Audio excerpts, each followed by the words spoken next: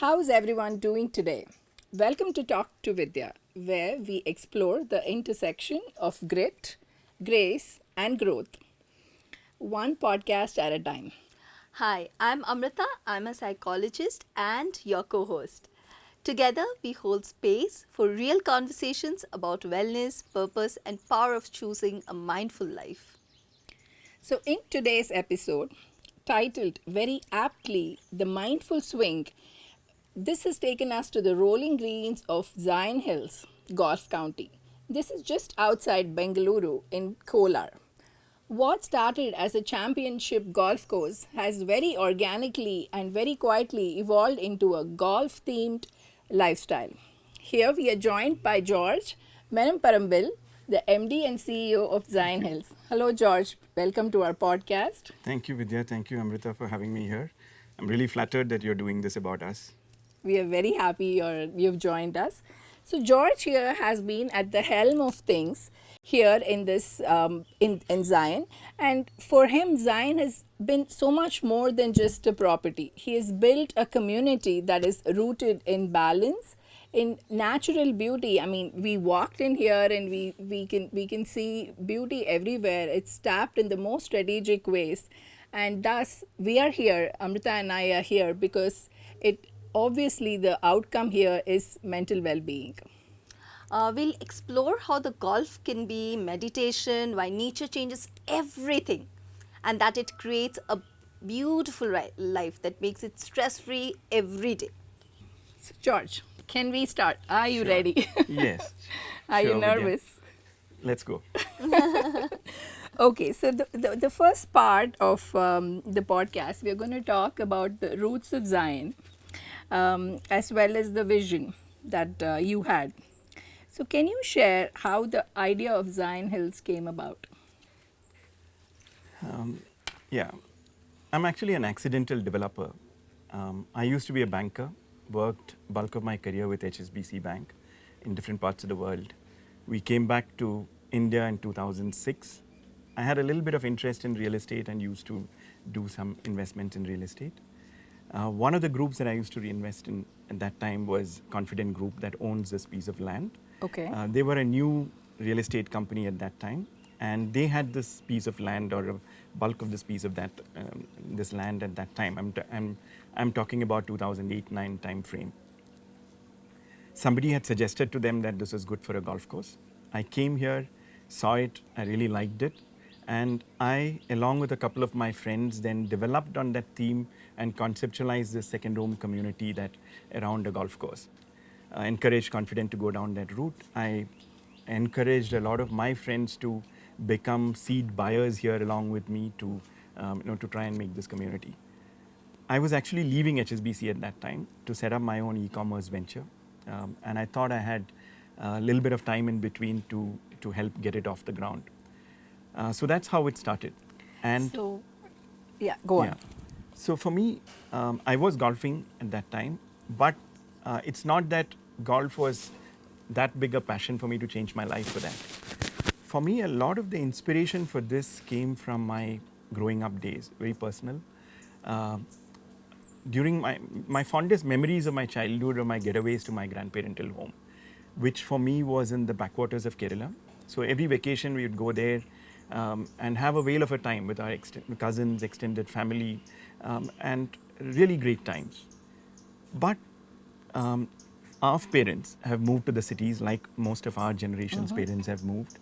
And our kids don't have that, therefore, you know.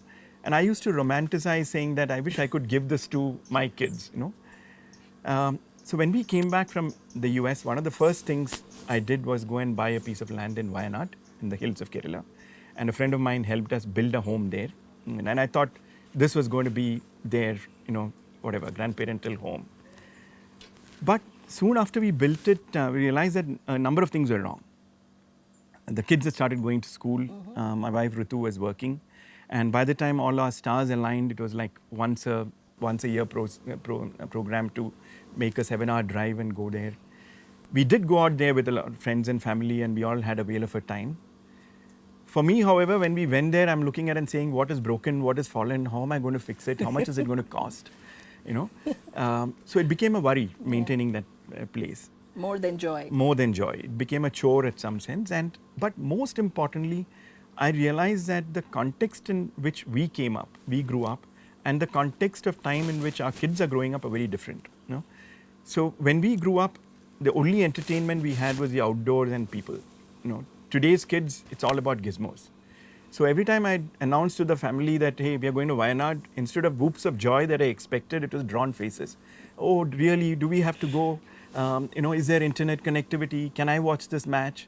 You know, so the joy of having done it just went away. And that is about the time when I came here, saw this place, and a few things clicked in my mind. Said, this is now close enough to Bangalore to, you know, make it an impulsive getaway every weekend if need be. It still had the rural, rustic feel of, feel of the old grandparental home. And I thought it had scale enough to now create a community, institutionalized maintenance. Not at that time knowing that it will not only my home I maintain, I'll be the community's homes I have to maintain. But, scale enough for kids to have their friends, build a lot of amenities and make it more appealing to today's generation of kids. So that for me was the real inspiration, to create the modern day equivalent of a family home where kids love to grow up in. If they don't grow up here, want to come for their vacations, a home which brings extended family together, bring back the roots of a family. That's what we all used to have many years ago. Yeah. You know, that for me was what Zainal's was going to be for me. You know, that was a primary inspiration for me. Oh, wow. Thank you for sharing. So what you are also saying, if you want to unpack that a little bit, you always were on the lookout for this, you know, if this getaway, or more than getaway, a community place where you can just, you know, it's for your family, it's built something like an ancestral, you know, format. And golf also came at that time, and it just integrated into this miracle. Absolutely, we see, right? absolutely, yeah. It was more than golf. I think the driver was that that home, that a community and that family home. Yeah. Sometimes things just happen in the time, right? Yeah. Right things happen in the Absolutely. right time. Rather Absolutely. organically, yeah. So, what do you see? What was George's vision in, you were saying, 2008, 2009, and what has manifested after all these years? I remember I was there in the opening of this place, and it is spectacular, the growth. My kids were, all our kids were this small, so I can definitely attest to it myself, that, and it's not the loud kind of growth. There's been a very quiet whisper, but it's been a beautiful song. So what do you want to talk about your vision that manifested? Yeah. Thank you, Vidya, for remembering those days and the fact that it's turned out nicely. So my perspective at that time was that of an end user. And today too, I think to a great extent, it still continues to be an end user. So as an end user, there were 5 things that I wanted out of this place. Yes. You know? First, because we set out that we were going to do a golf course, Okay. we put a stake in the ground saying that we'll create one of the country's best golf destinations. You know, not really knowing what it meant, but that's what we put into the ground. We'll create a championship level golf course, a great golf academy, a place where golfers from around the country would like to come and play. Okay. So it was going to be the centerpiece. The second was the homes around the golf course. You know, would leverage the golf course to create some very nice homes that overlook the golf course. You know, the golf is amongst the best maintained, landscaped properties anywhere, and build homes that leverage that, like you see overseas. And build a variety of different sizes. So for people who wanted to use it as just a weekend home, it was a weekend home. For others who wanted more larger homes where families could bond together, it was that. It could be that. Yeah, it could be that. So create a variety of homes. The third element was going back to, like the fun that we had in my growing up days and the modern day equivalent. So to create an environment, create a community where from a sporting or an outdoor amenities perspective, lifestyle perspective, have as much variety of stuff here as a kid could find anywhere in the world, and therefore be the attraction. Because kids at the end of the day, I mean, they want to come to a place they have fun in. No, it's not whether their grandparents live here, parents live here. I mean, they want to have fun. So create a place where really becomes a favorite growing up place for a child or a child to come back to. Was the place was great. You do the same thing in pretty much any other city in India. It's usable a few months a year or a few hours a day. Because of the weather. Because of the weather. We've been got gifted by such wonderful weather where creating something like this is enjoyable through the year, throughout the day. So that was the third element. The fourth was more subtle, but something more important to me. It was for me. This was not real estate project. Like I said, this was for me a place to come and live in with people I enjoyed being with, a community. And so creating a community was a very important thing, and creating the right kind of community into which I felt I fit in, that I would be comfortable in. So that was an important aspect, of my vision. The last element was, I think, to some extent, a function of where we are located. I mean, to most of us, all of us, life has been kind, and we are all getting to an age where we look for opportunity to give back as well. And our ability to make an impact in a place like this is a lot stronger than our ability to make something in the city where there is so much happening, where we are all anonymous. Here we're a relatively big presence in a smaller place. Yeah. And for me, therefore, one of the things that is important to me was that we are a positive impact in this place. That 20 years from now, the people around here look at and say, Zainul is the best thing that happened to us here, to carry the community with us. So that was that was the last element of what I wanted out of this. So that's a great answer, George. I mean, I got so much information from you. I just had this question about when you said that when Zion just came here, and when you started building and cultivating here, right? The community was in one such way, and it was smaller, and obviously you guys have provided so many jobs. And I mean, the journey, you must have seen the journey of this whole geography, right?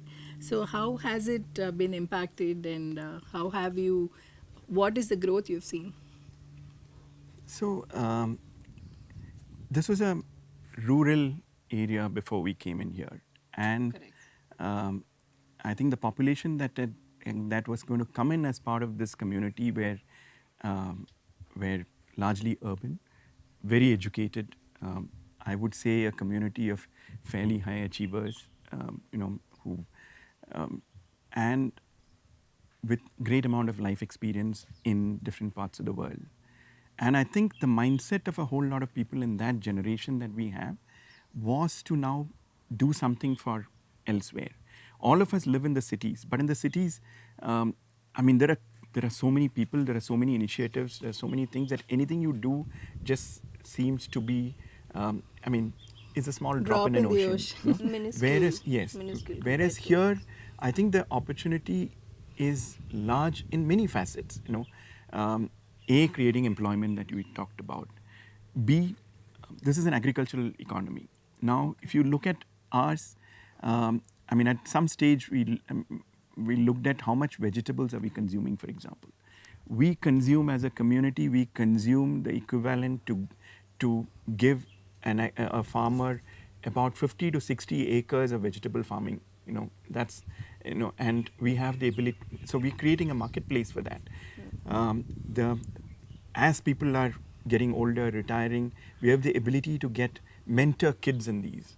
One of our caddies' children, whom we support as well, she topped the 12th standard or the NIT, and she got admission into NIT Suratkal, but decided to go to another college here.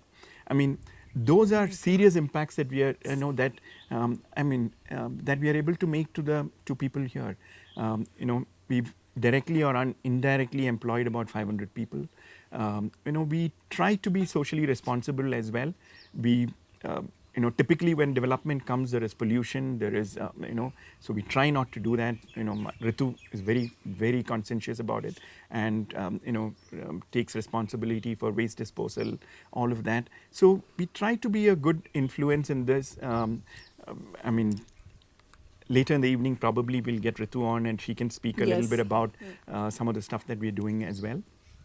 So, so that's what I mean. And I think the to see that even a little bit of effort making an impact is a is satisfying. That we are able to do here. I think it's still the start of the journey. The journey has been difficult, and many a time for me it has been wear your oxygen mask before you put on the oxygen mask of your neighbor. But I think we are off. We are at a stage where the oxygen mask has come off, and at least our masks are off, and we can now do a lot more to grow the community with us. Yeah. So would you say that apart from the economic, economic well-being that you are putting on, you are also impacting the social life of the people of the community?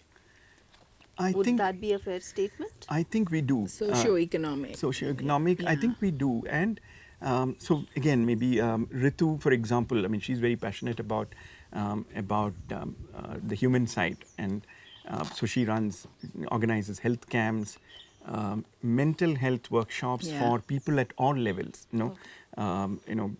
Women. We were very considerate about women. We were the first course, I think, in the country to have women caddies, and that is a huge upliftment in the self-esteem that these ladies have. And great example. Yeah. So I think those are. I mean, does that make an socio-economic impact? I think it does. So, I mean, in itself, they are not very big things, but in the small place that we are in, I think those impacts are bigger. And we share a very harmonious, very good relationship with with the environment around us. Yeah. No, I think this is a very big, nice statement that you made. That you have female caddies as well. On the onset, someone might say, but you're just employing, but it's a very big thing. Yeah. Usually, golf. Firstly, it's a very masculine sport. Yeah. We have usually only seen masculine people who are playing. That's Men not who are men. It started as a men's sport. It started, but there are a lot of women so who play now now. it has started with the women also coming up in the sport. But having a female caddy, I don't think I have heard of female caddies anywhere. Caddies, yeah, to be but Initially, when we definitely started, play. Initially when we started, I mean, the lady caddies. There's also a language barrier, right? Most of the golfers speak English. English was not common amongst the local population here. The ladies are shy. But so initially when we started off, a lot of golfers did not want the lady caddies. But just last week, 2 weeks ago, we hosted the Women's National Championship. Yeah. And the winner was a lady called Ridhima. Her caddy was one of our local caddies, local lady caddies. Most of these players bring their own caddies here. Here, she played with one of our lady caddies who helped her, and she went on to, at her prize-winning award speech, she said this was one of her best caddies. And that was just such music to hear. So proud for that lady as well as for all the other ladies who caddy here. Actually, Vidya, I wanted to come in here and just tell you, you must be also knowing the caddy and the golfer, he has a very personal relationship. Because it's a very high pressure sport. Okay, you're playing against yourself. You have your scores from yesterday and you should play better than what you played yesterday. So because of that high pressure sport, the other person who is playing with you, he's your competitor. So he's essentially he's not going to mollycoddle you. He is going to hope that you miss a shot. But the caddy is the one who looks out for you. Yes, he acts as a pseudo mental health advocate. He's the one who calms you down. He's the one who knows the field egging also. you on and saying, go ahead. And he also knows the field. Absolutely. So he tells you, this is the place. Course, This is the place where you should take some risk. This is the place where you should just you should just let it go and take the loss, cut your losses, and the next shot we'll take an aggressive course. All of you guys have counselors on the course. Yeah. No, absolutely. I mean, there is a very large economic divide between the player and the caddy, educational divide, etc. But during that 4 or 5 hours when they caddy, it is camaraderie. You will see the player, and whether it be men, women, high-fiving after a good this one with the caddy, and that's all. I think. I mean, it just makes it a very egalitarian kind of an environment at that time, at least, that which is, moment. I think, really good for the confidence and esteem of all of these people, particularly ladies. Have caddies ever gone on to become golf players? Yeah, many of the golf champions in the country come from caddying background. In fact, there is somebody called Muniappa who was in KGA caddy who went on to win an Indian Open. There are Muniappa. it is. That's awesome. Yeah. But I think more than that, they also get an exposure. Like you said, that they come from a very economically vulnerable background. And here the people, like you mentioned, they come from very high education, sophistication. The kind of exposure also these people are getting, I think that also makes a lot of difference, especially for a woman coming from such a background and getting this kind of exposure. Think what it does to our confidence. Yeah. I think that's a wonderful venture. I hope all the golf fields around who are listening to us, please start taking female caddies. Thank you. Yeah. Moving on. Yeah. Okay. So you did share a little bit about your early days, but are there some specific challenges and growth pains that hindered and really made you feel like you were drowning at that point? Yeah, there's been no dearth of challenges in this, and that's fair. Yeah, and many drowning moments as well. So to give you a context, India has the oldest history of golf in the world outside of the UK. But India has not grown the game. We've got about 200 odd golf courses around the country. Okay. Half of which are in the army campuses, and there's only about 100 odd which are in civilian centers. In my estimate, since independence, we have built less than 25 new 18-hole golf courses in the country. That's in it? 75 years, yeah. Now compare that with some other countries. I mean, US of course has about 20,000 golf courses. Japan has 2,000. Springing up. Yeah, you look at a city like Jakarta. Jakarta has 55 golf courses in a 1 hour driving distance of Jakarta. Bangkok has about 40 golf courses. So the fact that we have so few golf courses, in some sense, in my opinion, is a reflection of the challenges involved in creating something like this in an Indian context. And those challenges are at many levels. First is land. Aggregating this amount of land, and land in India is always shades of grey. Getting it secured, keeping it, and devoting it for something like this itself is a huge challenge. Absolutely. So for me, in that confident group which owns this land, took the challenge off me. They aggregated the land. They aggregated the land. They had the expertise in it and did and that was something that that provided the platform for us to build on. The second challenge was is the destination. Golf courses, because of its land requirement, have to be per se start at a time when it is away from the city, distant from the city. And when we started back in 2008-9, Kolar was a very, very down market destination. You asked, you ask when we talked to Bangaloreans about Kolar, the four words people used to use was Kolar: hot, dry, far, down market. And you're building a golf course there, and you expect people to move there and live there. That was the kind of a kind of reaction that we had. But since then, Kolar has changed. I mean, infrastructure is developed. Kolar, of course, has a great history long time ago. But in the last 30-40 years, ever since the mines closed, I think things lagged. Now again, Kolar is coming to the fore. The airport is today, new highway airport is 1 hour 15 minutes. The same highway connects us to Chennai. Chennai will become like a 2-hour drive away from here. There's a lot of industry coming up around. So the address value of this place has changed now. But when we started off, it was a huge bottleneck. The third was... so that was blind faith? It was, I didn't know enough at that time, and I think maybe yeah, we were naive at that time. And it paid off. Yeah. In retrospect, it is. The When you third, go with a good intention, sometimes and you don't really over-analyze and overthink, I guess it works out. yeah, I leave it to God's grace. Surrender. I the third was, of course, I mean, given the nature of this project and how challenging it was, what credentials did we have? Confident at that time was still a relatively new company. Not as well known as they are today, or as well known as many other real estate groups were, and none of them had ventured, or very few of them had ventured to do something like this. And I was kind of the face of it in the, and who am I? I have zero entrepreneurial experience, zero credibility to, to do something like this, zero educational background for something to prepare me for something like this. So, I mean, so the credentials to an unknown person, the credibility that we brought in was poor. The fourth, I think, was self-induced. The vision we set out to do and to achieve, I think, made an already difficult journey even more difficult. And what I'm referring to is community creation.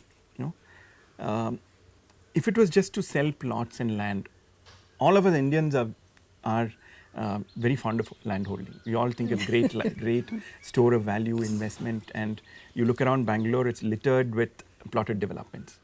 But these are all, I would say, very investment-centric decisions people make. The generation that buys it doesn't enjoy it. The next generation probably does not know what to do with it. And everybody is just waiting for the values to multiply before they sell. And that's not what we wanted to do here. We wanted a community. And that meant, we said, this is not plots that we are selling. We are selling homes. So suddenly a 30-40 lakh, land investment decision became a 1.5 crore home buying decision. And after I buy the home, what do I do with the home? So Yes. suddenly the selling process became more difficult. More complex. The fact that we wanted a kind of homogeneous community meant we took a referral, invitation based and non-advertisement based approach to selling. That also reduced the awareness. So those days it really made the journey very difficult. Very tough. But in retrospect, I think these have all turned out very well. Today we have a community that prides itself being called as Zioneers. There's a lot of emotional ownership that's around the course. A sense of belonging. I think that is probably more than most other golf communities have done. So I mean, while it was a challenge, today we are sitting in a happy place. During the journey, like you said, there are several times when I've felt completely fish out of water, unprepared for this. I felt myself in a well so deep that you couldn't see the light, from the well. And I will just credit it to divine grace, to, like you say, to surrender to a power above. And I would say a number of great people that who have gathered around to help and build this up. So challenges were many, but we got through them, and I think we are stronger because of that. Oh, So, do you excellent, believe? George. That's so heartfelt. Yeah. So, do you believe that your experience as a banker, because you had some financial ideals, you had some financial idea, also the contacts that you had. Do you think that also helped you in building up Zion from ground above? See, I think certainly the exposure that one had working in different parts of the world, meeting different kinds of people, etc., does grow you as a person. And during those years, you earn scars on your back, which I think allows you to take a few more. So those things certainly, I'm sure, did help. From a technical perspective, I was completely unprepared. Yeah. And I think more than anything else, during those years of whether it be banking or whether it just be you as a person, adult, made friends. And I think those things came to a rescue when we needed it. I mean, from an experience or a technical experience perspective, I'm not so sure. But all of these build us up all as people, and I'm sure that helped. That experience helped. Okay. That makes wonderful sense, actually. So we often hear golf is just a sport. But what have you seen golf do to people, maybe emotionally or maybe mentally? How does it affect them? So golf is a very different kind of sport. It's not a game in which somebody else is hitting a ball back at you. It's a sport where you're really playing against yourself and against the course. Um, a good designer, good golf course designer, doesn't treat the golf course as an inanimate object. You know, for him, a golf course is an active participant in the game. You know, so I mean, our designer is a guy called Ronald Freem. He's in his 80s now, and phenomenal designer, architect. And he's been my guru in this journey, and I've learned a lot on the golf side from him. And he has some really wonderful, interesting quips.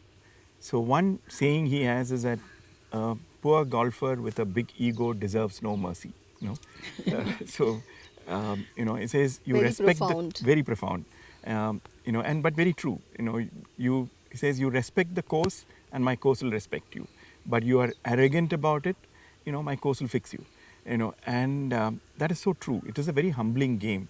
I don't claim to be a good golfer, but I have my good rounds as well. And some of my best rounds are when I've had a bad game and I come back the next day thinking, you know, nervous about my game, you know, very focused, and doing what Ron says, respect the course, play carefully.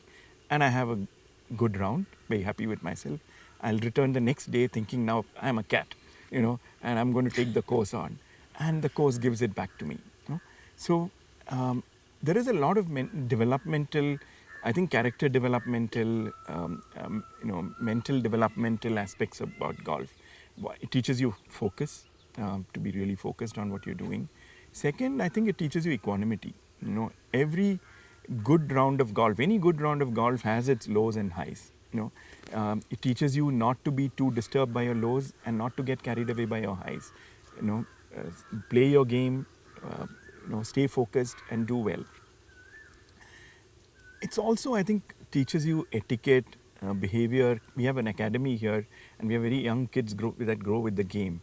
You know, they grow sensitive to behave, interacting with other players, interacting with caddies who often come from very, you know, like we talked about, more humbling backgrounds. You know, they learn to respect each other. You know, and there's a saying that a man's character comes out best on a golf course, and I think that is true. True. I was just about to come to that. You know, when you mentioned that a golf course, in a golf course, you actually come to know about a man's behavior. There are a lot of people who refuse to sign very heavy documents or very heavy, you know, contracts unless they have played golf with you. So I wanted to come to that when you said that a golf course fixes a man. So do you believe that when you play golf with a person, you understand his behavior more, or you understand him more compared to, you know, just talking over to him on a boardroom? Is that a case? Yeah, I mean, a lot of people, for example, I'm told that the Japanese, when they get into a contract or a partnership or a senior hire, they like to play a round of golf before they get into the final signature. In a game of golf, you spend 4 or 5 hours with somebody, and unlike other games where the focus is on hitting the ball back at the person, and it's very, you know, your entire focus is reactive to what is happening from the other side. Here you're spending 4 or 5 hours together. You take your shots. You're observing the other person, and you get the opportunity to experience that person through his highs and lows of the game. How does one react when you're doing well, when you're not doing well? How do you react when the other person is doing well, when the person is doing low? How do you deal with caddies? You know, all of these aspects come out, and plus at 4 or 5 hours you're spending quality time with somebody, and that you know. So it is true that that you get to know what a man is when, you know, through his interaction on a golf course. So I have this to add, right? Would you call golf a competitive game? Golf is I mean, it is played competitively, you know, from a. I know, Yeah. but does it feed into someone's competitive spirit? Because ideally you play against yourself. Yes. But Absolutely. I think it should be, I mean, golf really should mean getting yourself better. You know, yes, that is what it should be. yeah, And a winner or a loser is somebody who plays against his own standards, who outdoes his own standards on a particular right. day, you know, as compared to another person, how he performs against his own standard. Because there's this system called the handicapping system, That's which what I'm kind of saying. brings everybody to an even field, Yeah. and then it's about how you perform against your own benchmark, you And know. where you were yesterday, probably, Yeah. because what I'm saying is when I was just learning briefly for some time, and I thought I'll give it a try. It didn't really end very well, but it didn't work out. But I started learning in KGA, and I think the guy kept saying, it's okay, you're not really ready. I'm like, no, let's just go to the course. So I went to the course, and then I realized that I was very self assured, even though there was Yeah. no handicap, nothing. And I was playing with people who Yeah. had healthy handicaps and all that. But I do think it's about how your perception about Absolutely. yourself is. Absolutely. And then there are people who just do not want to go to the course or play with Yeah. people who have higher handicaps. So also Yeah. a lot of executives play CEOs and sales guys. All of them play golf. So that's why I'm asking: do they come in at a very hey, I've got to really get this, and it's a very goal-setting kind of thing, or is it just some of them just play for the joy of the game? See, I think golf is very addictive. So there is a sense that you want to It's improve as addictive. well. It is very addictive. Yeah. It's one of the most technical games, and it is extremely addictive. People who are not golfers think it's very boring. How interesting can it be to hit a stationary ball? You know, but it is very addictive, and there is I think a lot of the drive is to improve yourself. People go out onto the range to practice, practice and get better as a player yourself. Not necessarily because you want to win against somebody else, but you want to get better at the game. Yeah. And I think that is a great spirit to take it into. There are people who get overly competitive about Yeah. it, are playing there to win a friendly game. Yeah. That, in my opinion, that spoils the spirit of the game. Yeah. Really, it's about meant to get yourself better, have fun, make good friendships, and enjoy the day, enjoy True. the game. When it gets to professional golf, of course, people are playing for money. It's their professions, and you've got to compete. But otherwise, it is meant to be, I think, competing against yourself and enjoying that. So, again, coming back, what makes Zion Hill more than a golf course? Yeah. So just going back to your earlier question, I also wanted to narrate an incident. You asked me about mental development and emotional development. I think golf is also very therapeutic particularly for people who may have special needs. Okay. We have the story of a young boy here. He actually turns 13 tomorrow. His parents brought him here, and they live here. When I think about 5 years ago. Because he had learning challenges and developmental challenges, and somebody had told him that golf is therapeutic, and they put him in the golf academy. He spends a bulk of his day on the driving range. It is learned to teach him to focus on that. He enjoys it. The structure that golf provides, I think, has been very developmental for him. He qualified about a year and a half ago. He qualified to represent Karnataka in something called the Special Olympics Bharat in golf, but he was too young to play it. Oh my Just God. last Wow. week or so, he's qualified for something called Golf for the Disabled, and is now qualified to go out and play. He'll start playing international tournaments. Oh, wow. I mean, it is a tremendously developmental activity, and the parents are really appreciative about the fact that they put their child into the golf. I think the place also, the fact that we are rural, this calmness, I think that also has a little bit of a healing Yes. power to the. And also there is a slowness. There is not that Yeah. the mad rush. Absolutely. I think this is a major call out. Anybody who wants to talk to them should definitely talk to the academy, the golf Yeah. academy in Zion. That Yeah. it's helped a child with special abilities is Yeah. such a success to the Yeah. testament to the sport as well. No, absolutely. So yeah, just to Especially since these people who are on the spectrum, Vidya, I wanted to tell that, calmness and structured living provides a very good grounding for them, because for them, you know, a little bit of stimulus also, it is very difficult for them to Yeah. decipher it, and it creates a lot of chaotic chaos in their heads. So this kind of setting, it really Yeah. it must have worked wonders for him. I have no doubt, absolutely. Yeah. No, I thought I'd mention it because you asked about, Yeah, its healing power and all that. yeah. So coming back to the question, what makes Zion Hill more than a golf course? Do you think?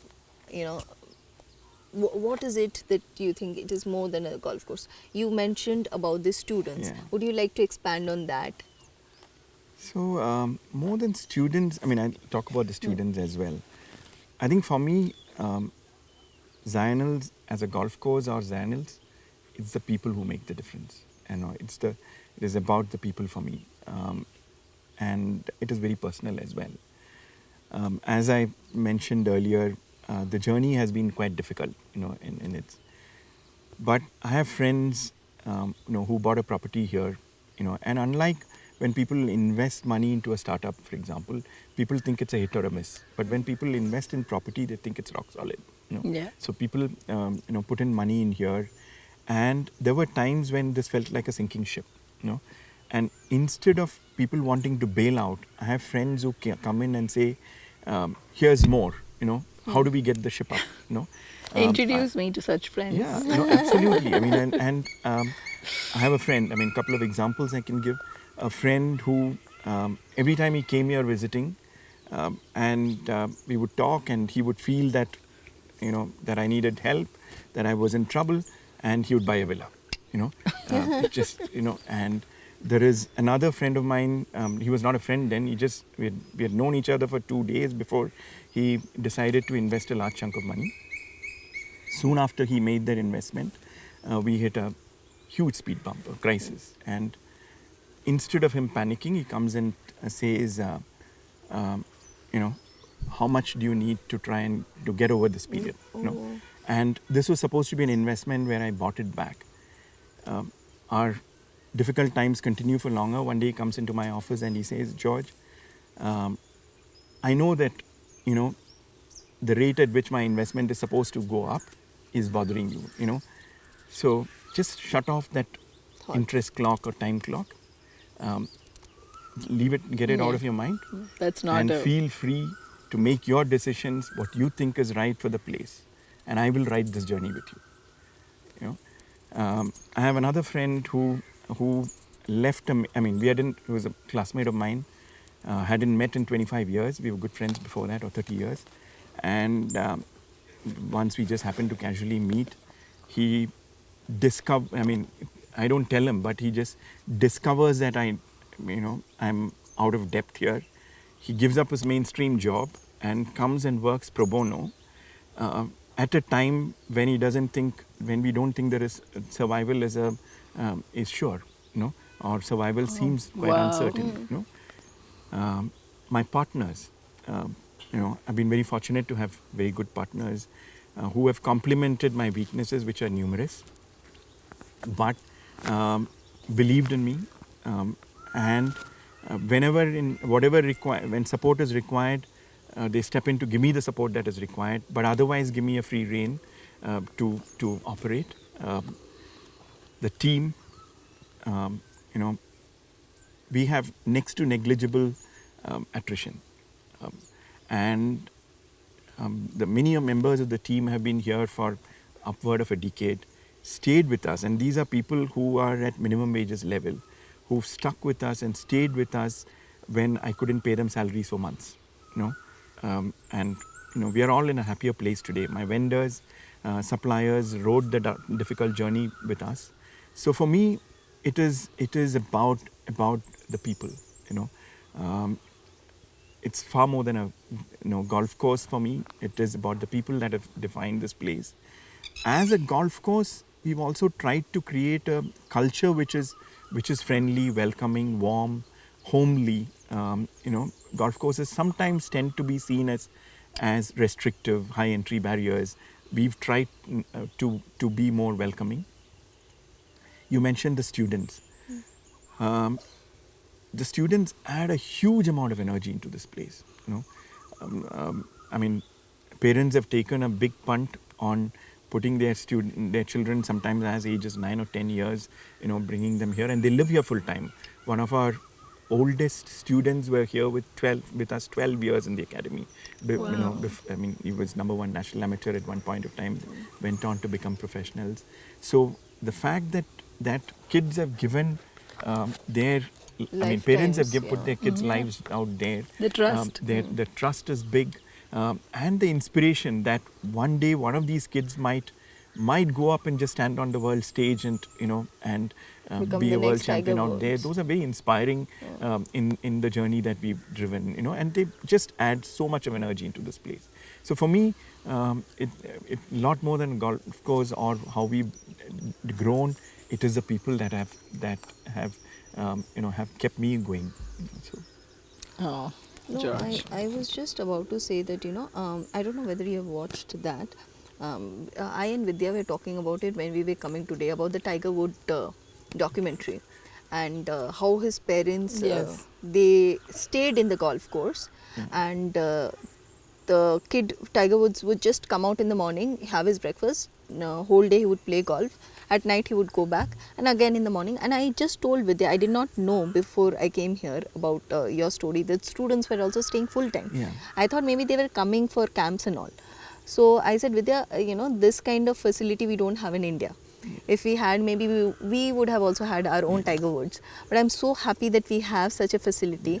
And the fact that you said some of them have gone to play in national stages in their own rights. So I'm sure we can hope for a Tiger Woods from here. The academy is run by another young couple, Tarun Sardesai and his wife Roxar. They run the academy. Yeah. They live here, and they've run it independently, and we just provide them the support they need to and enjoy having the kids here. They're a very joyful couple. Very, very. And they very, do what yeah. they want, like so, Yeah, with and very- such good spirit. Yeah, very passionate about it. Passionate, and I think that I think I did some research, and they were saying it was so hard for them living in the city because, just the commute and even trying to do that family time, right? Yeah. And now after moving here, they have everything under one roof. It's amazing.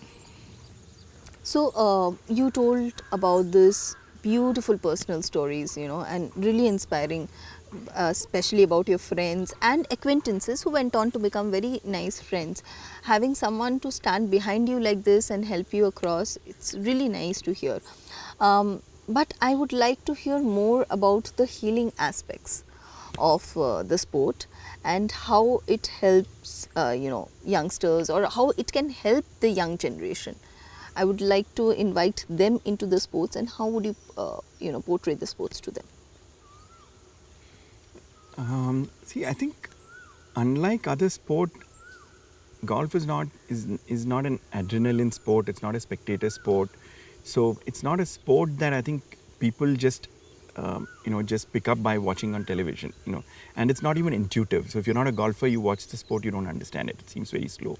So I think it has to be experienced before people really, a lot of kids come from because their parents were golfers, or a parent was a golfer, or experienced it somewhere and then come here and pick it up, and I think the kids who pick up the sport, sport is a high risk career, and it's not like everybody who pursues is going to become a world champion, but golf is one sport where I think the skills that they gain in that, both from a character building, both from a personality building, networking, all of that builds a whole lot of skills that you can take into your life in whichever sphere of life you go into. I think some time ago, we were talking about corporate networking. It was so it's a great networking very helpful. sport. It's very helpful, very helpful networking sport. It teaches you behavior, it teaches you etiquette. It gives you access to people that that you didn't have otherwise. I know stories of a CEO of a company plays golf, and you have a 22-year-old guy who used to play near professional golf, and the CEO has happy to call him and spend 5 hours of golf with him, and 5 hours of time with him on a golf course. Where does an entry level person otherwise get to any speak time to, with a yeah. CEO? So it gives. Yeah. So I think it's a game that Life skill. life skill that you call it that life It's that also you a conversation starter. It's a lot of Absolutely. things. Like when I went to the US for masters, right? So there was this boy in our engineering college who introduced us to the sport. A bunch of us, he introduced us, and I realized, that whole cohort of people yeah. versus, I went to Florida, Gainesville, so it is football jocks and everyone's crazy, right? Everyone's crazy with Gators are like crazy with passion and love for Yeah. football, for soccer, and that. And then this guys, there is a sense of maturity, Yeah. even when a young boy of 19 or 20, an engineering kid would be thinking much ahead, Yeah. because I think it requires a lot. You have to go pick up you have to pick up your set. You have to book a course. A lot of it is self-driven. Yeah. Golf is you need a bit of maturity And it is also a game that you can play yourself. yourself. There's also a saying in golf that the longest hole in golf is the one between your ears. Yes. It is actually, I think it's more a thinking game, or as much a thinking game as it is a physical game.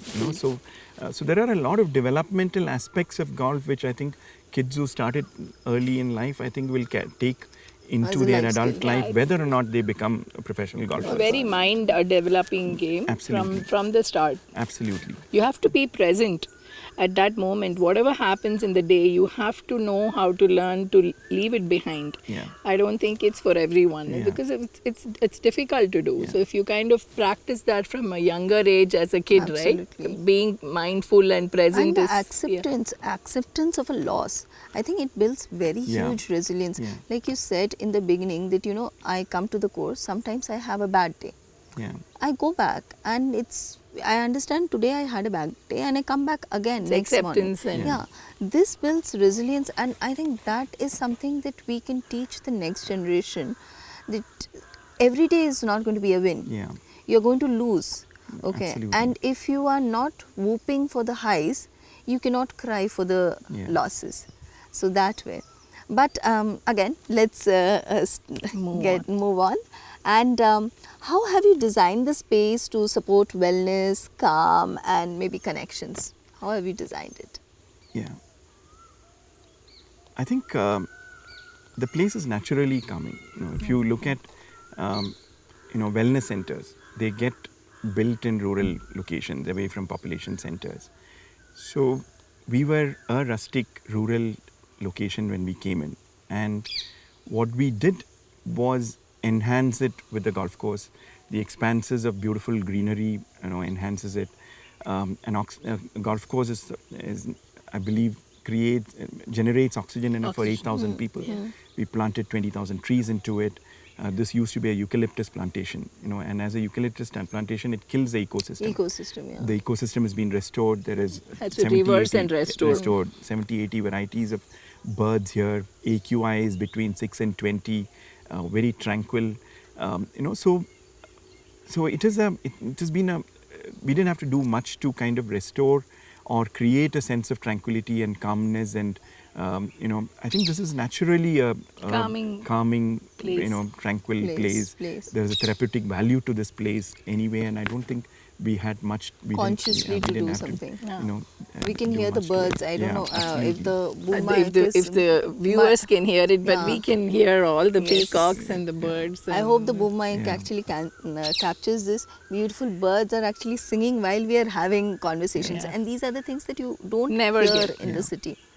So even just sitting in this place, it's got such a beautiful calming We are effect. very grateful that you let us come in here, because it's such a privilege to Beautiful sit here and talk to you. No, I don't have an office. People ask me, where is your office? I don't have an office here.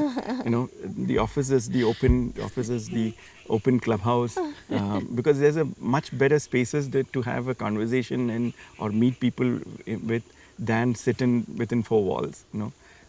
So yeah, that's Absolutely, I agree. So, I wanted to ask you any personal stories or maybe memories that reminded you this is more than just work, this is a healing work. Yeah, for me, Zionals is not work. It has been life, my life. Um, and there are a lot of personal stories. For me, it's been a journey of faith, it's been a journey of gratitude. Um, I'll give you one story, which I think for me was a big turning point, changing point.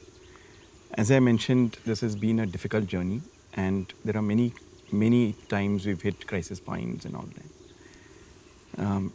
A few years ago, there was one situation because of which I was in a situation we had to change the name of the project. We decided that we will change the name of the project, and we used to be called Champion Reef before that, and we decided to change the name. And soon after we took that decision, I got into sponsorship of an event where the new name was going to be announced. There was going to be a press conference and so forth. And we started searching for a new name. Champion Reef was a name that all of us loved as well. It's named after the deepest mine in the world, second deepest mine in the world that is located nearby KGF. And everyone I knew was searching for names, helping me search for names, but we went through 100 plus names, and nothing would compare for me with that. And I would say no, no, no. In the meantime, my deadline was getting closer, and we had come across names because people used to say this was a heavenly place. And capturing the spirit of that, people came up with names, Golf Eden, Shangri-La. One day somebody came up with the name Zion Rocks, and I said all of them I dismissed. So then one day I get a call, from the event organizer saying, tomorrow is the deadline. You have the name, yeah. We've got a press conference on, and I don't have a name.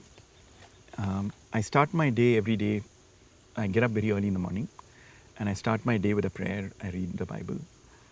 And that morning I got up and I said, it was amongst the darkest periods of my life. Felt completely lost, lonely. And I got up that morning and I said, Lord, I have no idea where this journey is going. I'm completely out of depth on this. I hope you know where you're leading me. At one level, a name doesn't mean much, but at another level, a name stands for a lot. So before the end of the day today, give me a name that I can be at peace with. I said that, and I opened the Bible. I'll pull up and this is the passage that came up. Jerusalem will be restored. The time is coming when the Lord will make every plant and tree in the land grow large and beautiful. All the people of Jerusalem who survive will take delight and pride in the crops that the land produces. Everyone who is left in Jerusalem, whom God has chosen for survival, will be called holy. By his power, the Lord will judge and purify the nation and wash away the guilt of Jerusalem. Then over Mount Zion and over all who are gathered there, the Lord will send a cloud in the daytime and smoke and a bright flame at night. God's glory will cover and protect the whole city. His glory will shade the city from the heat of the day and make it a place of safety, sheltered from the rain and the storm. And as I was reading this, it was like somebody telling me that, son, I have you covered, And when I read the word Zion, because it was just the day before or 2 days before somebody had said Zion Rocks and I dismissed it, my blood froze. My son was awake at that time, and I ran up because everybody is searching for names. And I said, Nihal, this is what I did and what happened. And he looks at me and he says, Dad, that's not a hint, that's an order. And for me, that was Zion. And I still didn't like the name Zion Rocks. By the end of the day, somebody came up with Zion Hills, and that was it. For me, that was a huge anchor. It was to me saying that this journey is in the hands of somebody a lot more powerful, somebody a lot more capable. And my weakness is my lack of abilities and capabilities is not going to be a deterrent in this. And that sense of faith has not only stood at me for the journey in Zion, it's also carried me in other personal challenges that we faced. Yes. That there is a power much bigger than any of us. Around the same time, another friend of mine, many of my friends knew that this is not easy. Send me a beautiful Urdu stanza.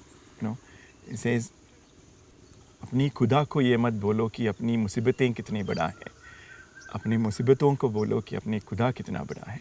And that for me, even today, when you have goosebumps. Yeah, when you have, and all of us face difficulties in life. We get, and it is so beautifully put. A line which says that, there is a power that is bigger than any of the problems that you face. And for me, that's been a big gain from this journey. Personally, it's been a huge gain for me from this journey. It has anchored you. It has anchored me. Anchored you. It's a beautiful name. Thank you. Thanks for sharing, George. It also is the name is beautiful. I didn't know it when we did it, but it's a Hebrew word, and I'm told that in ancient Hebrew it means a place of contented human habitation. So it is absolutely. It makes sense. It makes sense. Exact fit. It makes sense. So you were telling me there are a variety of residents who live here, and some of the residents, not all of them of course, are retired. Some of them are young couples with kids. So I wanted to ask you this specifically: how does it fit into the life of the kids? It's a bit away from society and much more secluded. How does it fit in? Maybe can you give me a little bit of depth into that? Yeah, I think it's interesting you ask it. Kids, bringing up kids here is very different. When we bring up kids today in the city, we bring them up in fear and restrictions. Don't go out. There's traffic. There's drugs. There is pedophiles. There is kidnappers. Fear and anxiety. Fear and anxiety we built into the kids. And you can't blame. Even we are fearful. Actually. Yeah, we are fearful as well. But you look at village life. You look at life probably when, like I said, when we were growing up. We roamed around free. There was no, without any restraint. And that is a lifestyle of kids here. We talked about Tarun and Roxar, who runs the academy. They have two young kids. Their second son was born here. I call them the first children of Zion. At 2 years, 3 years, you see them taking their cycle out and roaming around this 250 acres, chasing reptiles, going where their mind is. They know, everybody knows them. There is no anonymity, there's familiarity. They know which house gives them biscuits, which house gives them chocolates, and it is that old lifestyle that recycling back. And I think that is so wonderful. That is so. Maybe there is the exposure, and we don't have the fanciest choice of schools here, but I think this makes up for a whole lot. Rooted to nature. Today, kids almost think that fruits grow in a supermarket. So you climb trees. It's a very different kind of a lifestyle. People refer to us as a sophisticated village, and I think that is true. It is a good description of what we are. Everybody knows everybody else. There is a lot of sensitivity to living with nature. There's freedom. There is lack of fear. It makes sense. Yeah, it makes sense. Not everybody agrees with that, but I think the kids who grow up here, gain something very different. Yes, because I think book knowledge, especially in the age of AI and with the AI revolution coming, book is something which is going to be much more readily available than it was, say, 10-15 years back. And the summary from the book and the whatever is available in the book is going to be much more readily available. So I don't think that is that knowledge. So this actually builds social skills. Yeah, that is not going to matter much. Really build. What is happening in today's generation is there's no social skills, right? Yes. If they want any answer, immediately they want to know what ChatGPT says, right? They don't really ask a human being, even though they'll be right in front of them. So this is amazing because they have this comfort of talking to people around, because there's that security blanket that it is all within the community, and it's all also a safe space. Tarun's academy, there are parents who send their kids for de-addiction from devices. Because the kids are Detox allowed from to detox from devices. devices because they're allowed to use devices only half an hour a day. And it's not that the kids complain; they have a whale of a time. They have a good Otherwise, time. yeah, Yeah. you know, and so it's a very different lifestyle that kids have from the city, and I think it's quite refreshing. Yes, as a counselor, actually, Vidya, we have this issue where kids, parents, they come to us and kids with this gadget addictions, they come. Yeah. So they come to us and they tell us that my child they are using maybe the phone, if he's awake 16 hours, he's using it for 14 hours. Now, when I talk to the child tells me, ma'am, what do I do? What do I do? If I don't use the phone, what do I do? After I come from school, I don't have friends. I don't have a park to play. What do I do? And he's not wrong. Yeah. So imagine if they stayed in a place like this, maybe he won't even touch the Yeah. phone. Yeah. Yeah, there's a Because lot he more would to have do. so much to explore, so much Yeah. to do. Yeah. Lucky children, Yeah. George, here. Exactly. Yeah, not enough of them though. We would love to have a lot Yeah, more. it's going to grow the community. Hopefully. Okay, So, here are some rapid fire for you. What is your favorite hole on the course? I think every hole has a distinct character, but I love hole 16 green. It is very unique. It's because The green is carved into the cup of an existing rock feature. Wow. And it's just It's special beautiful. to you. It's special, yeah. and the best kept secret at Zion is People accuse Zion Hills of being a very well kept secret. You know? So people come here and say we we didn't know have to about change it. Yeah. that, George. People come here and say this is we didn't know about it. This is such a well kept secret. One book or philosophy that shaped you. The Bible. Thank you. Any one word you can think that describes life here at Zion?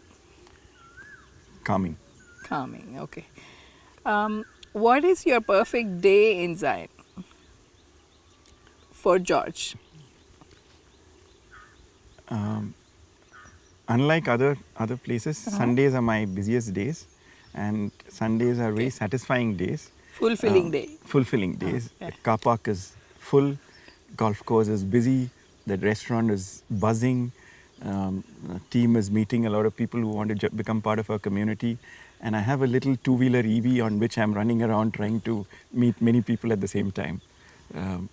So that's quite satisfying. Good. And what is do you have a favorite hangout place here in Zion? Like, maybe you and a bunch of people just, it's for you? No such place, I think, but the restaurant that we have, it's a very open structure, and I find it very nice to sit there and meet people. So that's where and everyone the kids love to hang out. Yeah, and the kids are practicing. That's very energizing to see them. So that's a spot I'm very fond of. Okay, George, again, a beautiful setup here, especially with the cheese platter and the wine, I must say. So, tell us a little bit about this clubhouse, this wonderful clubhouse that we are in, the food, the day-to-day life, and how is it exactly in Zion Hills?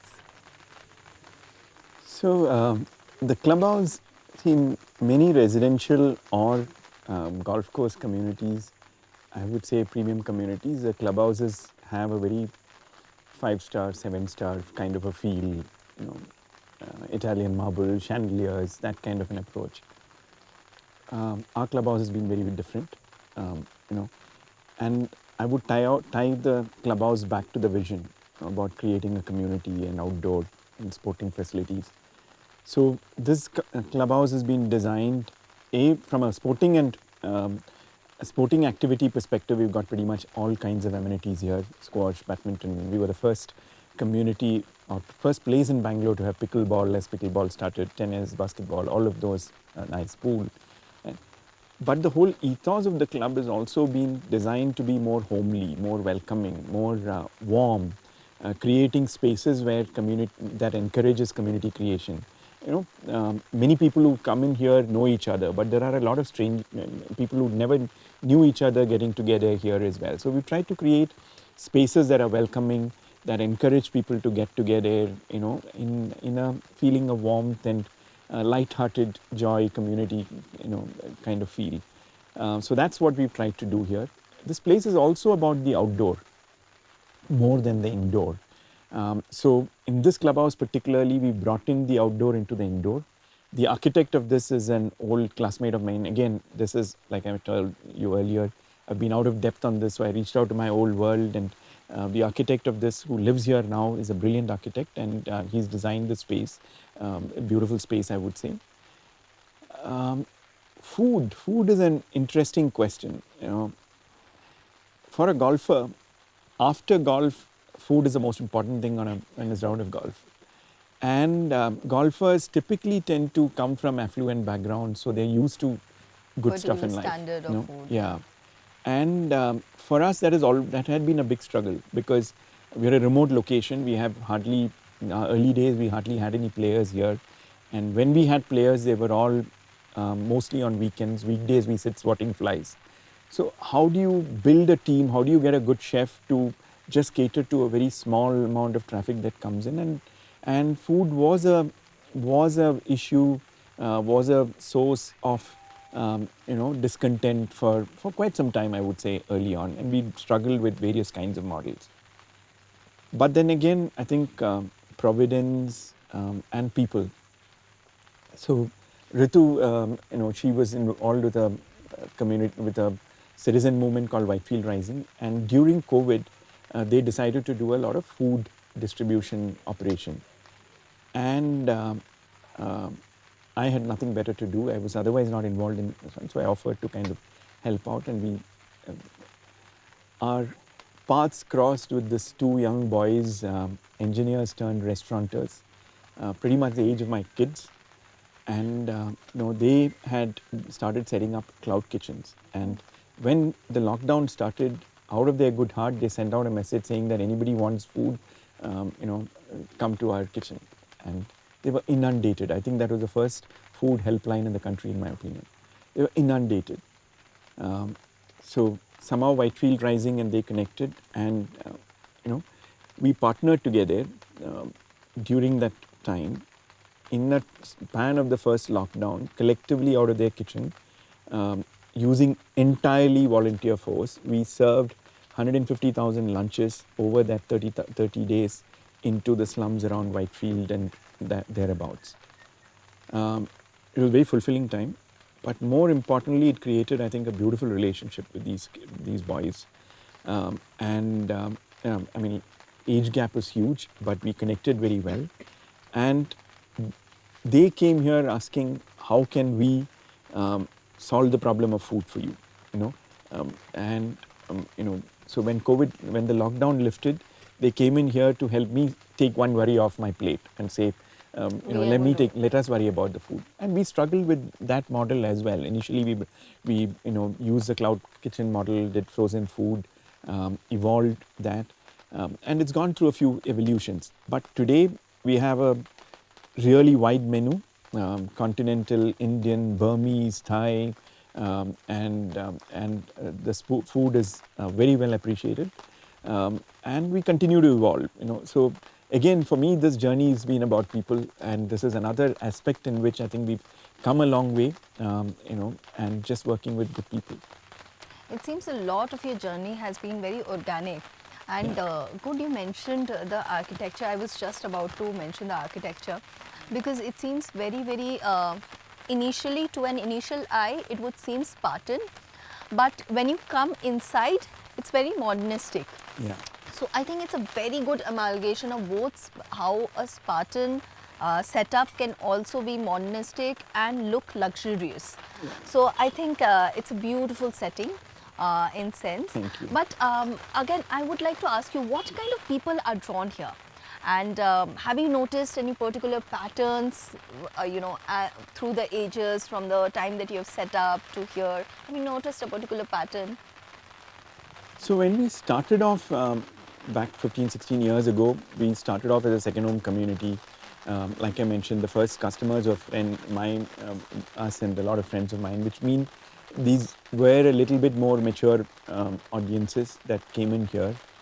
Not everybody was a golfer. At the time of purchase, I think there were only about 30% of people who were golfers. though a lot of them took up golf after that. But pretty much everybody had an liking towards the sport or an outdoor mindset. As we progressed, I mean, and COVID in the interim, I think changed the way people look at life at all, how they live. And so we've started now appealing to a whole lot of younger population as well. Most people now look at this as a primary destination, um, primary home destination. So thank you for joining us again, and this is a change of the setting thanks to the mighty Varun gods who have decided to bless us with rain. But this is a nice setting as well. You get a nice look at the pool. And coming back to our question, like I was saying, George, what kind of people are drawn here to Zion Hills? I certainly am. But apart from me, what kind of people are drawn here? And what patterns have you noticed from the initial people who came here to the people now? So when we started off, we positioned this as a second home community, potentially evolving into a retirement community. And because this was word of mouth, a lot of people who bought were my friends and their friends, and which all meant a little bit more, I mean, my age group of people, which today are fairly mature audiences. Not all of them were golfers. I think some time ago, maybe only 35% of our buyers were golfers. But everybody shared a passion for the outdoor, for sport, and the lifestyle revolving around nature. I think today things have changed. The COVID changed the way people think about life and living. Infrastructure came up around us, connectivity became better. And today a lot of people who buy here are looking at this as a primary home. Not only as a primary home, a lot of people use the phrase that this is my final home, and I will come to that in a bit.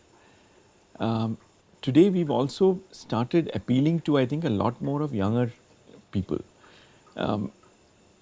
So one of our recent homeowners is a young couple from Maharashtra, recently married. They've just had their son is probably 3 months old. So they're eager to get here and start their life here, want to bring up their children and grow their family here.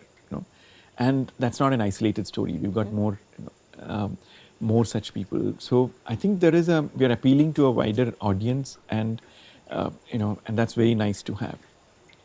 But coming back to the story of final home as well, I think this is meant for the level of amenities, the outdoor, all of that is meant for a very active lifestyle. However, as we get older, we also go back to roots, love nature, tranquility. And I mean, nobody wants to be moved out of a place like this, whatever our life circumstances become. So one of the things that we are consciously doing now is, while we appeal to the young, while this is meant for young and active, we don't want anybody to move out of here because life circumstances may require a different set of needs. I want to live out my life here.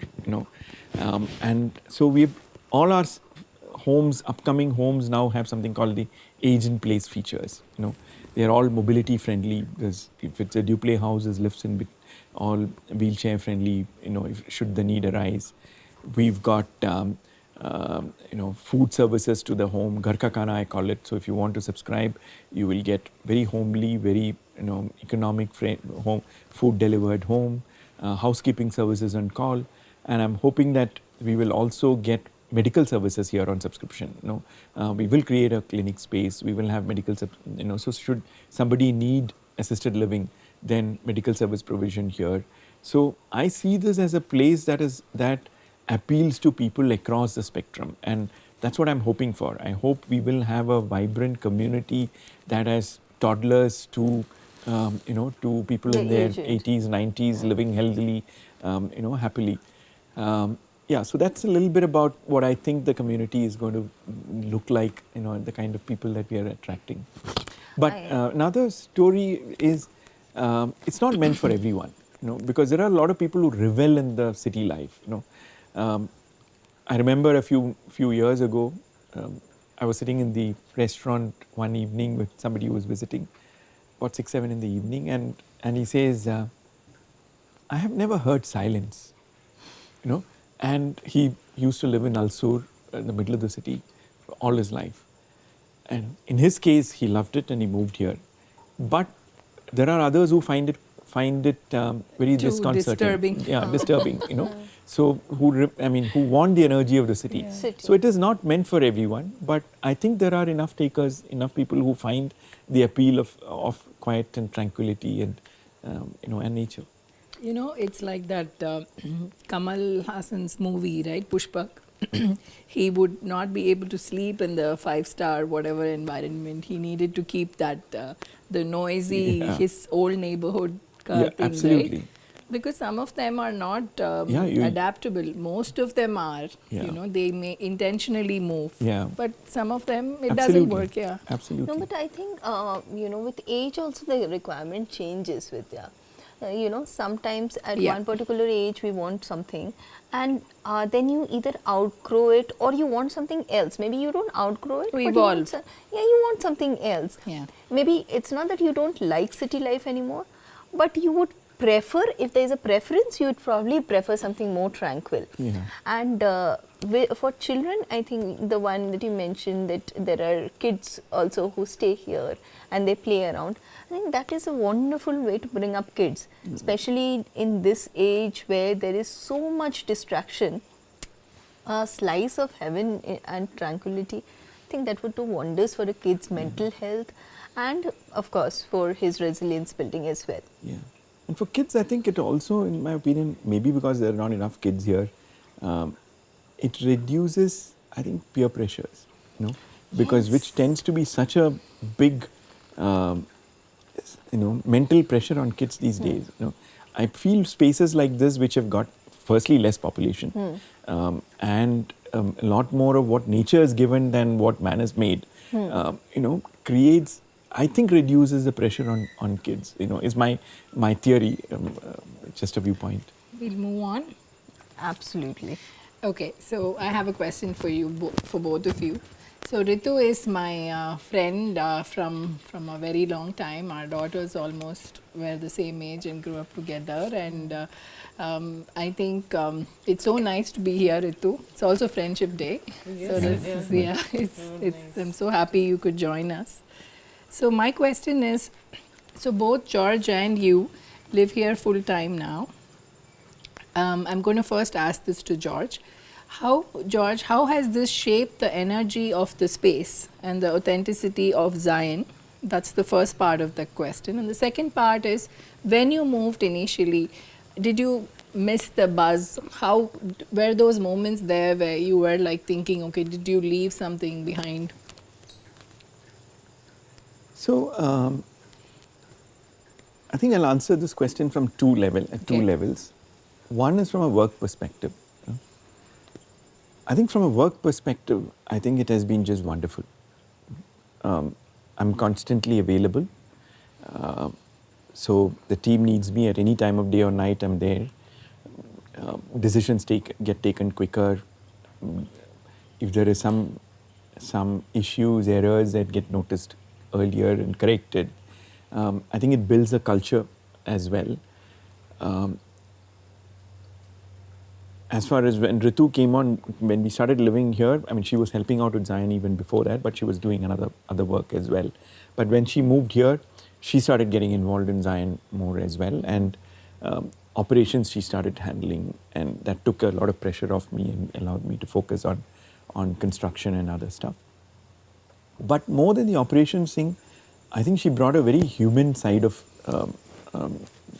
you know, to the side of things to Zion. Some of it we talked about earlier. Women, you know, focus on women caddies, mental health, safety of worker safety. She goes out for walks in the morning, finds people without masks doing fertilizers. I come back and get yelled at. You know, there are people who drive in here. Our team comes in without helmets. The security guy will get held at. You know, why are our team driving without helmets? No, make it mandatory. So I think she's brought in a very the softer aspect. Yes. The CSR. I mean, we run health camps. She's run camps which bring awareness and enrollment camps or programs such as Ayushman Bharat, enrolling not only our staff but people around here into these insurance schemes that the government runs. During COVID, we were the first place to have vaccine program done here. We got our staff in vaccinated before our residents got vaccinated. Our team got vaccinated before the residents got vaccinated. So a lot of those aspects came to the fore. And I think that's been really good shaping, and that's possibly one of the reasons why I talked about attrition being very low, and all of that I think have contributed to the fact to that. On the personal side, I think it's a mixed bag, but maybe she should talk more than I do about it. Yeah. How was it for you? I know you were helping out a lot, but when was the decision made that, hey, why don't we do this full time, living out of here?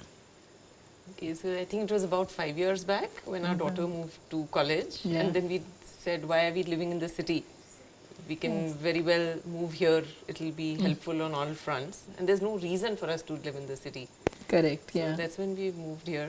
Okay. Of course, I did miss the city life initially, but then I got used to doing the work here, meeting new people, and I think things like just walking Yeah. and cycling, which I Which could you do, love, which yeah. I love doing. So just being I in think nature. also that in our age, I think it's so harder to make new friends. It is mostly your life actually, especially when kids go. It's we are going towards empty nest. Our life somehow looks like it's getting a little smaller, right? But I think in your example, by moving here, it just got bigger. Because I think you tend to make all these new friends and new community that which you're at the center of. So I think you've really build it up beautifully. And what else is there? I also But always I think, But I think it's been a little more harder for her than it's been for me. One, even before coming here, my life was consumed by Zion. For her, she had a lot outside of Zion, and which she had to leave behind. Whether it be Whitefield Rising, whether it be her friends, and all of that. So, and also, this is a place where, for me, the weekend is the most busy. Which means it's very difficult for us to take time off to go and do some social activity in the city. Correct. Or do some entertainment activity. As an entrepreneur, all entrepreneurial journeys, I think, are initially at least very entrepreneur-centric, which means the place has been centered around, my being here. And it's been difficult to take time off. So that's, of course, changing now, and we're taking more holidays. So it's been, while we made new friends, while she's made new friends, etc., I think it has been more difficult, more sacrifices that she has had to make than I have. For me, I've been consumed by here, and when I say consumed, I quite enjoy it as well. But to her, I think it's a little bit more, been a little bit more of a sacrifice. So George, flash news. It's just that nobody goes out on weekends anymore. Bangalore has become so crazy. Best is just Netflix and you just like watch things at home. It's just, even if you need to go like 2 kilometers, it's like. And especially with this delivery apps, before we used to go out just to eat. With delivery apps, Even that, we don't even need that. Bangalore's we don't traffic, even need that. I think, Be in your pajamas and order something fancy and switch on Netflix. That's it. See, growing up, I used to read stories of the westerns, J.T. Edson's and Louis L'Amour's of the Wild West, and there you read about people who were settlers into new places, and settled in the middle of nowhere, and towns then grew up around them. To some extent, I feel that we, and not only just us, the other people who moved in here also, are pioneers of a new township that is coming up. And that's quite exciting at one level, but it's, of course, means some sacrifices and pains at another level as well. So it's a mixed bag. I have a couple of questions for you, Ritu. So I've always admired the both of you. I think you've had a wonderful relationship through it all for a long time, and I just wanted to generally check in and see. So, what would you say are your core values, or like the day you took your vows or you got married to? I think recently you all had a milestone, right? 25 or Oh no, that's that long was time much back. before. Much before. I'm on a We're time probably- warp, I think. Yeah, we're probably getting closer to 35 now. 35 now, Yes. right? That happened like 10 years ago. So yeah, so that's a really a long time. So so have they stayed the same? The things that really matter. I think by and large, the values would remain the same. Yeah, I would say, mutual yes, trust, yeah, respect, and has been the same. yeah, I think so. So unless there's a balance also, it's very difficult for such a hard project to come together and to make such a big sacrifice. Unless the balance is there, if one party is bearing all the heaviness, it becomes very difficult for the other party to, the balance will not be there. She's So I being think very that way- diplomatic. She's learned to suffer me. No, but I'm very supportive and I'm very accommodating. Yes, which I know. So And the other things is, I always ask you, personally and professionally, whatever breakthroughs or, really lows or whatever things that which happen, right, a lot, as you said in the morning, personally things have happened to all of us. So, I'm asking you about him, and then I'll ask him about you. So, what would you think George's strength is in that time? What does he do, or what is his one go-to thing that he does to, come out of it? I think he's very resilient Resilient, okay. and he has a lot of faith. Out of faith, yeah. So he those just- are two strong, Pillars. pillars. Yes, So, yeah. so come what may, he will. Hang on. He's and got a then- lot of grit. Oh, that's amazing. Good certificate at the end of I the think day. it's just faith So, and, what yeah. about you? What would the same question? How would you answer? What are Ritu's those qualities that help her go through those ups and downs? I think she's a very strong individual. Yes. Very strong, and has tolerated a lot. When times have tested us, she's really stood and bore a lot of the brunt of it. And I think art is her go-to space of Oh, yeah. space. So that plus people. I mean, I think she has strong friends. Yeah. And art is a domain in which she finds Yeah, she finds relief, a very safe relief, space. yeah, She's a wonderful artist. Yeah. So, So thank you for sharing. not at all. Yeah. So, One last question. yeah. So, what are your hope and vision for the future of Zion Hills 5 or 10 years from now? So I think firstly, I'm very grateful that despite all of the challenges that we went through and the difficulty of the journey, that I must admit we didn't realize how difficult this was going to be when we started. Despite the difficulty of the journey,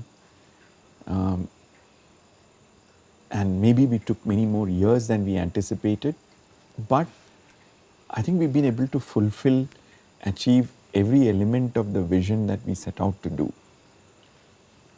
And in some sense, possibly the context of that vision is a lot more relevant today than it was then. Maybe that vision was ahead of its times, but COVID also contributed to some of those elements of that vision, a place like this becoming a need more than anything else. So if I were to just look back at what our vision was and where we are today, as a golf course, which was the centerpiece, we just opened the 18 holes about 3 months ago, long later than we anticipated, but it's come out even better than what we anticipated. We just hosted the Women's National Program 2 weeks ago. The ladies found it very challenging, but they just loved the course. I think we have created a golf course and a golf destination that people will find very desirable. Golfers will find very desirable. Homes, we'll have ultimately about 600 homes coming up, and I think they are quite very nice homes. I wouldn't call them 7-star luxury or very opulent. They are in fact very understated architecture, but the living experience there I think will be very nice. Enjoy nature with modern comforts, with great views of the golf course. Sporting amenities, lifestyle, again I think we've managed to create a very wide variety of amenities. We don't have enough people yet to enjoy them and use them. And given this weather, I think it's fantastic, very, very enjoyable. I'm very proud of the community we've managed to cultivate here. The community calls themselves designers.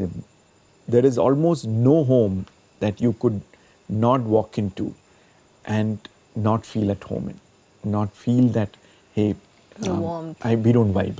You know, it's a very, very homogeneous yet eclectic sense of interest. You know, a very educated set of people. So very good community of people. My opinion, the community around us values us as well. You know, there are a lot of people who've been part of our team for a very long time. We exist very harmoniously with the society around. I don't think we've done enough. You know, like I mentioned earlier, a lot of this time has been putting on our oxygen mask, but that's coming off, and I think it's one area that I think we will spend a lot more effort and time in. And I think the community around us likes the fact that we've come here and joined them. You know, so it's been I'm very grateful for where we are. Development, many of us came here to get away from the din and madness of a city. But development and urbanization is inevitable.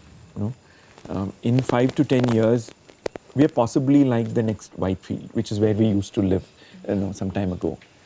However, I think in that time, we are possibly an oasis in that Whitefield. You know, 250 acres, 20,000 trees, 1,500 people, oxygen enough for 8,000 people, a fairly thriving community still that lives in harmony with what is around. And that to me is priceless, and I can only be grateful for you know, for the fact that we've got to that space. While I agree to all the things that you say, apart except one thing where you said that the house were just okay. The houses are fantastic. I've been in the houses. They're so open. I loved how you have made the layout of the house, you know, with a small garden space, and it looks so nice. It's cozy while it's open. I think all of you should actually come here and stay here as a retreat, if nothing else. The houses are wonderfully made, and without exception, these are the kind of houses that a young couple would enjoy, an older person would enjoy, and even a kid would enjoy. Currently being enjoyed by my daughter. Thank you. Thank you. That's nice. Wonderful place. Wonderful place. Thank you so much. Thank you so much. Thank so you. what we saw today wasn't just a golf course. It was a community. It is a community shaped by intention, purpose, a lot of hard work and care. Thank you for walking this path with us. May your next outing or any weekend trip from Bangalore, from Chennai, or anywhere else for that matter, feel a little bit more like Zion Hills.